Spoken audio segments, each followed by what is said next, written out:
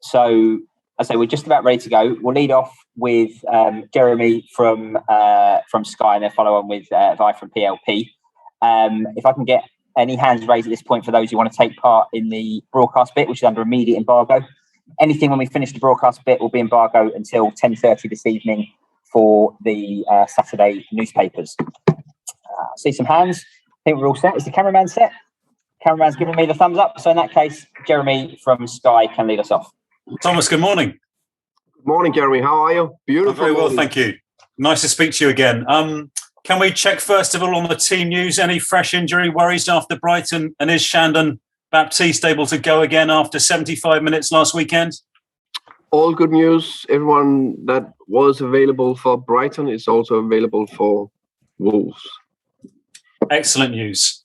So 5 points from 4 games so far. 10th in the table is pretty good, Thomas. Are you playing well enough, though, do you think, for a first away win of the season? Let's see. Tomorrow at 3:00. I believe that we have a chance. I think we are going to Wolves, a very good side, a well-established team in the Premier League. I would say, is this the 4th season or something like that? I think on top of my head, I faced them myself as an assistant manager. More 4 years ago, and I thought they were brilliant under Nuno. And I think Bruno Lage have kept the momentum going. I know they only have 1 win from 4, but for me, looking through the 4 matches, they should, be they're closer to win 2 of the 3 matches than losing them on their performances. So against Leicester, Tottenham, Man U, top 6 teams, I would say, they performed very well and very unlucky. So it's going to be a massive task. And they are favourites, but we believe in ourselves.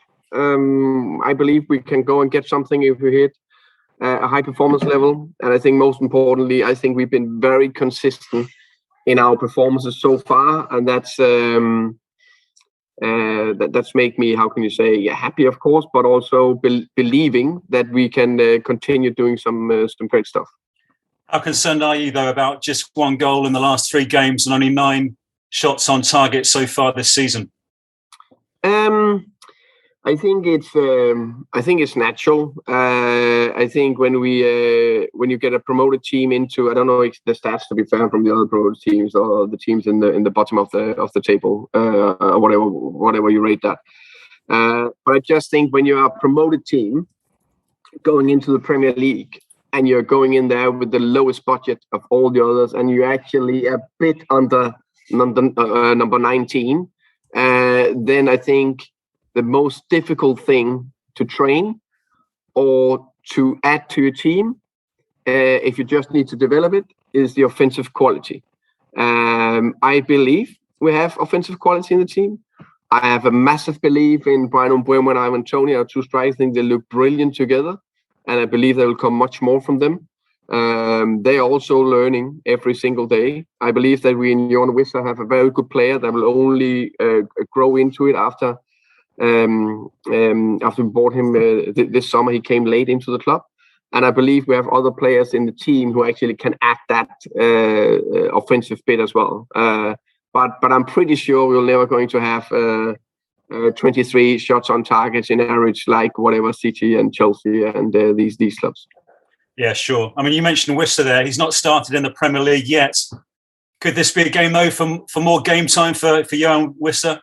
Definitely. It's the balance between, let's say, in this moment in time, I would like to play with 3 at the back. Then it's for me to decide, do we play 3 midfielders or do we play 2 and then 3 attackers or more offensive players?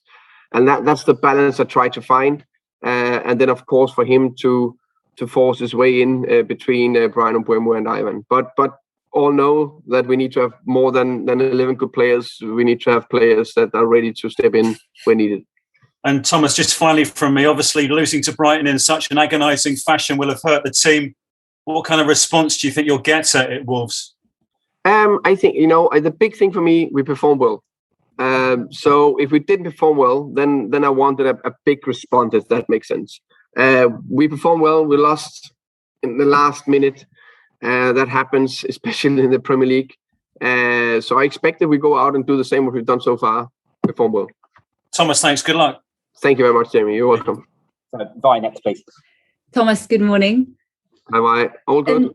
All good here. You just spoke about trying to find the balance in the team. I know after the game against Brighton, you said that you wanted to improve on the offensive aspect of your play.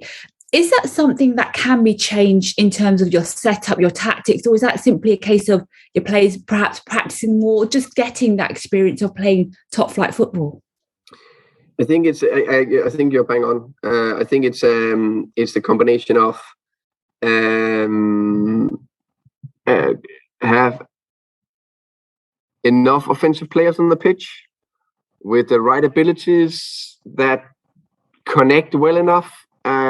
So it depending on what types we put on the pitch, how their relationship is and trained, and then of course constantly train it and constantly adapt to a higher level. I think that is that combination we need to nail. And also when we play, for example, we're going to Wolves.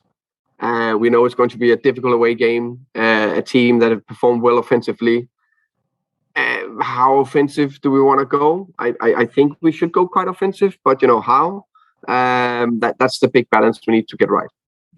And we've seen Brentford be bold away from home this season. I was at the game against Crystal Palace, but of course we saw that against Aston Villa as well. In terms of your philosophy when you do go on the road, do you see games like that as a potential point to be secured, or do you always want your team to go out and try and win the game? We always want to try to win the game. Maybe sometimes it doesn't look like that, but I agree with you. I think the good thing is, and I'm pleased that you are mentioning Crystal Palace and Villa. I think we were bold. I think we were brave. I thought we played forward. I thought we pressed high, and that's the way we prefer to do it. But we know there'll be spells where we need to defend our own box well with maybe 11 players, because that's the modern football. But we prefer to be as high as possible away from our goal, try to attack with offensive-minded defensive strategy, if that makes sense.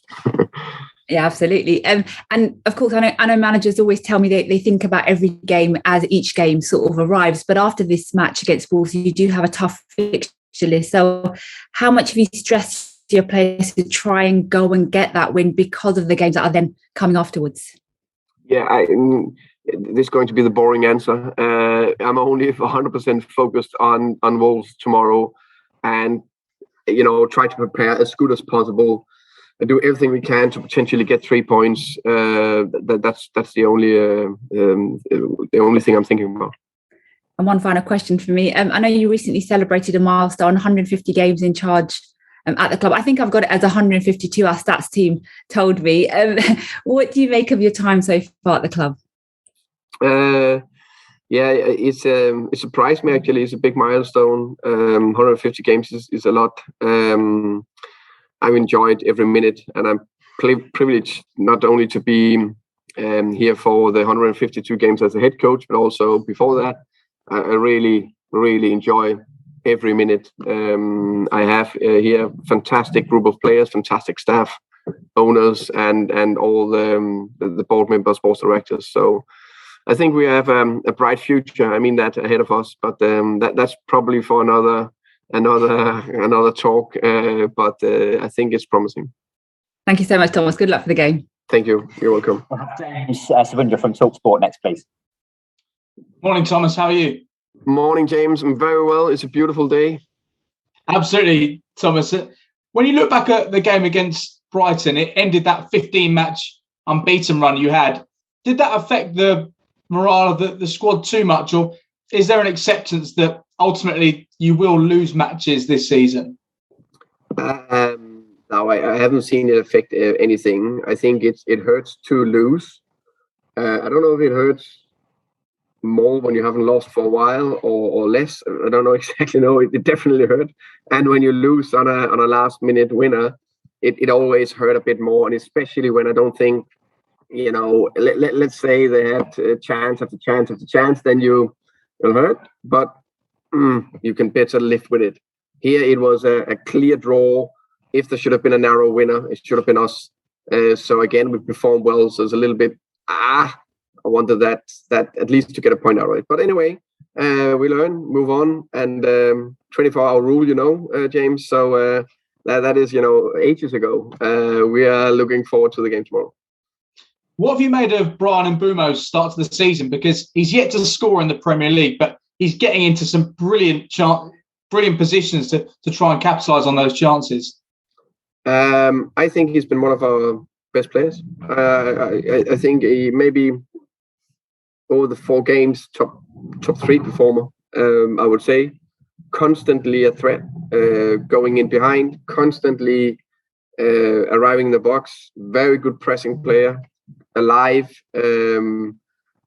always focused, and he's only 22 years old. So I think his first goal is just waiting for him. There seems to be a really good chemistry between Ivan and Brian in those forward areas. And actually, often it feels like Ivan's the provider rather than the man looking to finish the chances. Yeah, I think it's. I agree. It definitely the last game. I think Ivan was a provider 3 times or something like that. And also was the situation, I think, in Villa as well. But I think it's the types they are, and depending on where, if they're high, normally it would be Ivan with his pace Brian with his pace going in behind. But I think they link up well around the box as well. But there may be some comparisons to draw between Ivan and Harry Kane in the way that Harry's moving slightly deeper sometimes, and again he's providing as many assists as he is goals.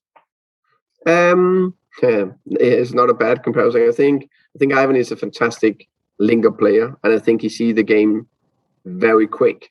And I think he got the weighted pass ability in him, and has shown that a lot of time.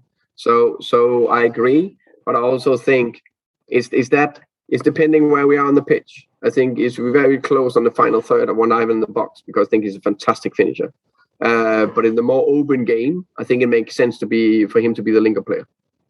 And just finally from me, Thomas, can I ask you about Adama Traore and the unique threat that he poses? Is that threat big enough for you to consider it a change to your shape, your formation, or the personnel you're looking to use at wing-backs?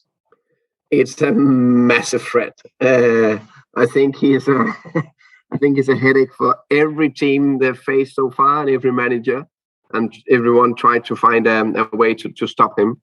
I don't know exact the numbers, but just from my top of my head, he more or less had at least 1 or 2 big chances in each game, and also provide chances for his teammates. So of course he's the key player to close down, and I'm pleased that I remember playing against him in the Championship, and I think he's developed a lot. The recent years. So, of course, we are very aware of him. We will not change shape, but we are aware and try to twist it. Thanks, Thomas. Good luck. You're welcome. Phil Parry next, please. Morning, Thomas. Hope you're well. I'm well, Phil. How are you? Yeah, good. Thank you. Very good on this beautiful day. Just from you talk about getting the balance between, defensive solidity, which has been very good so far this season, and that offensive element that you want from the team. Mentally, psychologically, how can you and how do you work with the players to make sure that mentally they have the right balance? They know when to do things, how to be confident to do things. Good question. I try to speak as much as possible about being brave and play forward and take the ball forward. So that's the words and with specific players. I think we got the balance because we are not only defending in the box. We try to be as high as possible, so we also win the ball sometimes high, and that gives us some opportunities that we hopefully can utilize and do better.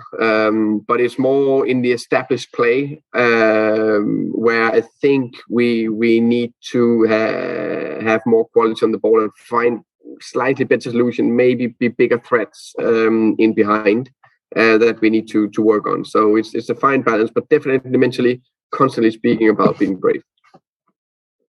And talking about Brian, do you get a sense that when he gets one in the Premier League, then others will follow? Because confidence for goal scorers is a really big element of their game. Yeah, definitely.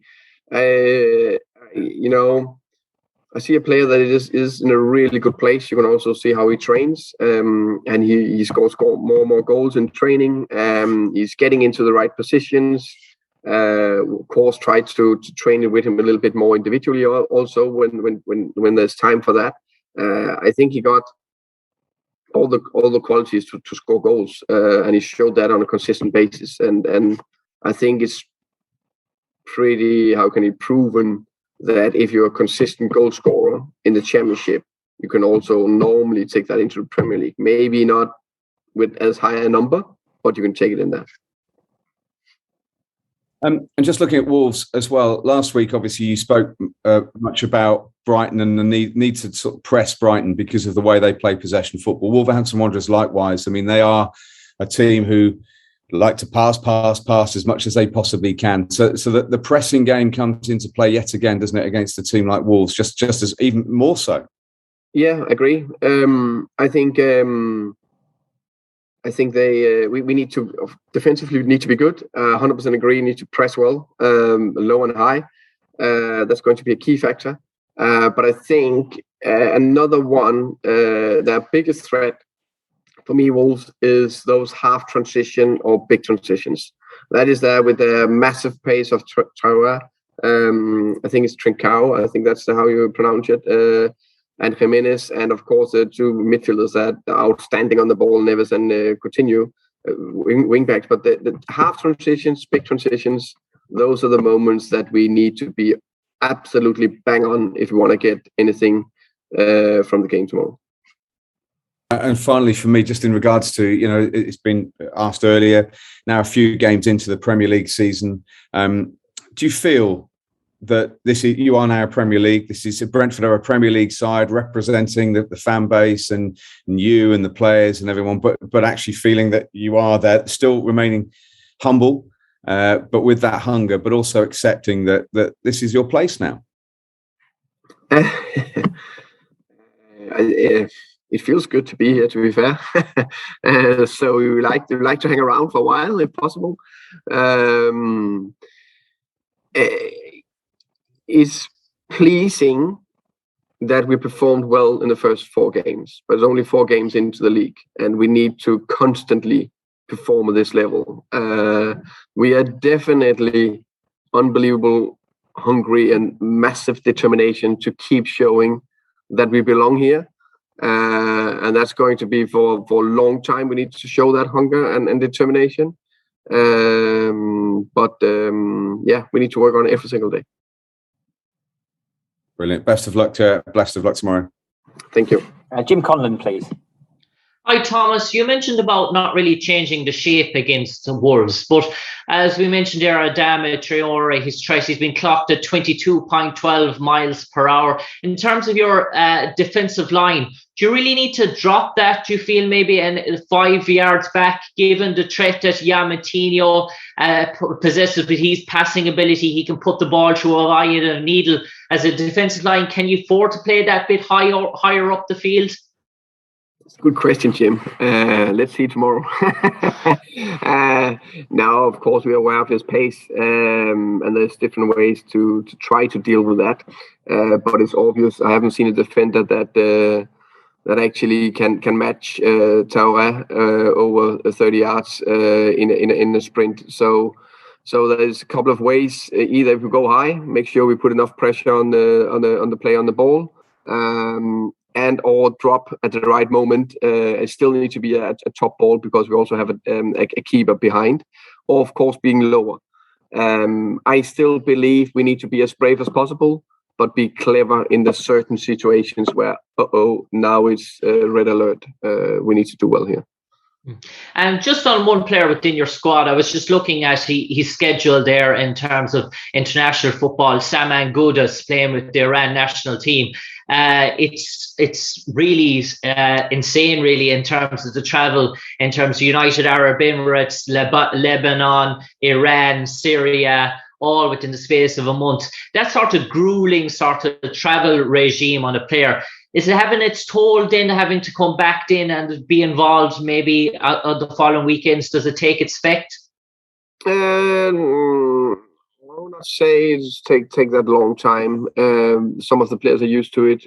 We try to work around the international players that they can, how can I say, get maybe some time off at the right moments, or get some better circumstances to prepare, because we know traveling a lot, as you said, it can be tiring. So we're aware of it when players come back for internationals. And Thomas, finally for me, just on a note, obviously you're successfully a Premier League club. Last few years that you have been operating the Championship, you would have come across Chris Hughton from time to time. He's lost his job at Nottingham Forest. Obviously a difficult assignment for Chris coming in there, given the amount of managers that have changed over the previous years. Your experiences coming across Chris on the line, would you have pleasant things to say about him? Oh, massively. I texted him yesterday to say this is a tough world. I think Chris is a gentleman in this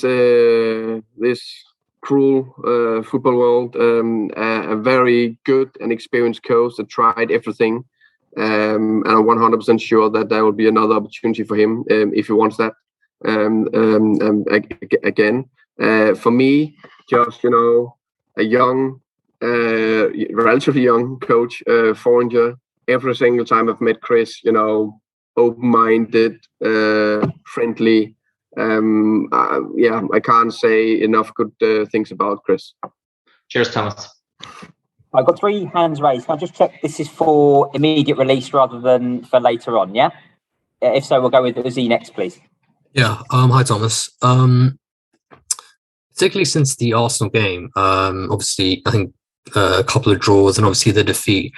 And in those, obviously the likes of Marcus Forss, Johan Wissa, obviously Halil Davutoglu, before he left on loan. Did you regret maybe not bringing maybe 1 or 2 of them on, to help, like particularly against Brighton, where you had Forss and Wissa on the bench? Like, did you maybe regret not bringing them on to help you try and win the game and just maybe run the Brighton defense a bit more? Hi, Ozzy. Good to speak to you.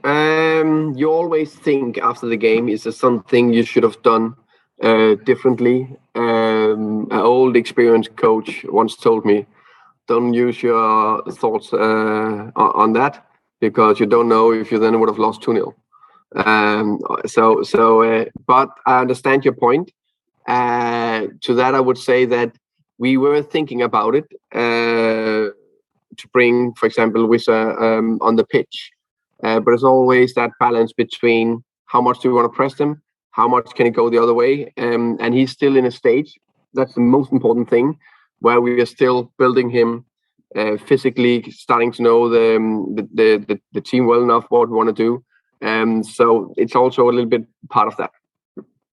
Right. And also, obviously, ahead of a huge game at Wolves tomorrow.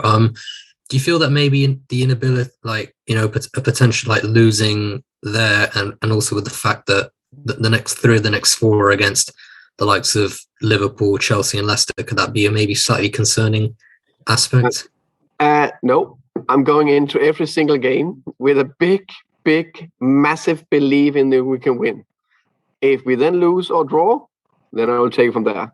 It'll be a very bad mentality, or whatever we call it, to go into a game. If we lose tomorrow, then what if we lose the next game? Then I don't think I should be in this job. Okay. And since the Brighton game, which was a very cruel way to lose, have you picked up the players during this week? Not massively. I don't think it was needed. We went through the game as normally, tried to be as consistent as possible.